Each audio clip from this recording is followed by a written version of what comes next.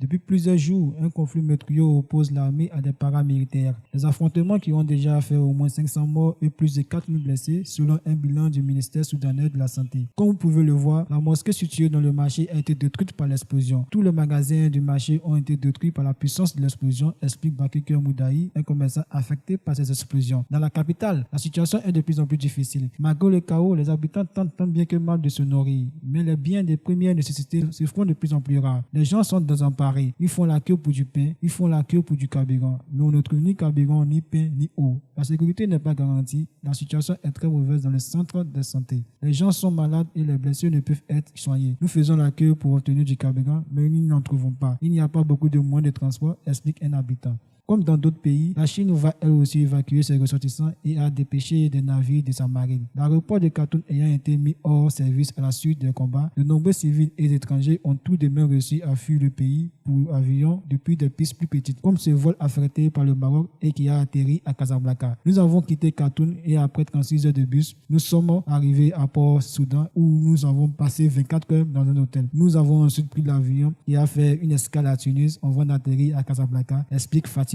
Zahra, une ressortissante marocaine. Depuis le début des combats du 15 avril, des dizaines de milliers de personnes ont fui des violents et se sont réfugiés pour la plupart dans des pays frontaliers.